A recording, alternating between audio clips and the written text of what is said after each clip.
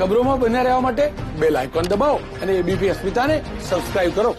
મોરબીથી સમાચાર. હળવદની ડીવી રાવલ કોલેજમાં સરકારી ગાઈડલાઇન્સનું ઉલ્લંઘન થયું.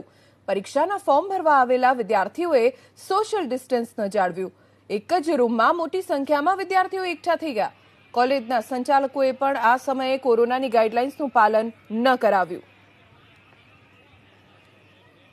આ ક્લાસરૂમના દ્રશ્યો આપ જોઈ શકો છો. એક જ ક્લાસરૂમમાં સોશિયલ ડિસ્ટન્સ વિના વિદ્યાર્થીઓ કઈ રીતે ભેગા થયા છે.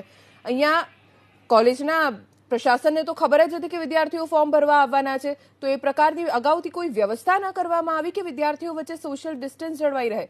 કોરોનાનું સંક્રમણ અત્યારે તેજ ગતિએ ગુજરાતમાં વધી રહ્યું છે અને જો આવી જ રીતે ભીડ એકઠી થતી રહેશે, આમાંથી જો કોઈ એક કે બે વ્યક્તિ પણ પોઝિટિવ હશે તો એક રૂમમાં આટલા બધા વિદ્યાર્થીઓ હોવાના કારણે સંક્રમણ અન્ય કોઈને પણ લાગી શકે છે.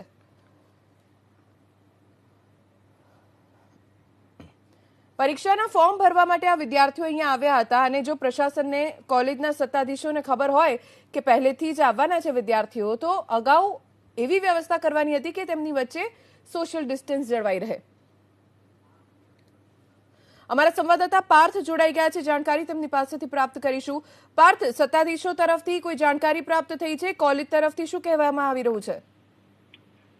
એબીપી અસ્મિતાની ટીમે કોલેજનો સંપર્ક કર્યો હતો ત્યારે તેમને જણાવ્યું હતું કે વિદ્યાર્થીઓને ફોર્મ ભરવામાં મુશ્કેલી પડતી હતી, જેથી રૂમમાં બેસાડવામાં આવ્યા હતા. પરંતુ રૂમમાં બેસાડવામાં આવ્યા એ તો ઠીક છે, પરંતુ સોશિયલ ડિસ્ટન્સિંગનું પાલન કરવામાં નહોતું આવ્યું. છતાં પણ સત્તાધીશો સ્વીકારતા ન હતા અને અમે પાલન કર્યું છે તે જ જણાવતા હતા. પરંતુ વિડીયોમાં સ્પષ્ટપણે દેખાઈ આવે છે કે કોરોનાની મહામારી વચ્ચે પણ સોશિયલ ડિસ્ટન્સિંગનું પાલન કરવામાં નથી આવી રહ્યું. પરંતુ આમાંથી જો કોરોનાનું સંક્રમણ વધે તો જવાબદાર કોણ, તે પણ એક સવાલ છે. આભાર પાર્થ સમગ્ર જાણકારી આપવા માટે. તો જે સવાલ અહીંયા ઉભો થયો છે એ જ છે કે જો કોઈ આમાંથી સંક્રમિત નીકળ્યું અને તેણે કોરોનાનું સંક્રમણ ફેલાયું તો તેની માટે જવાબદાર કોણ?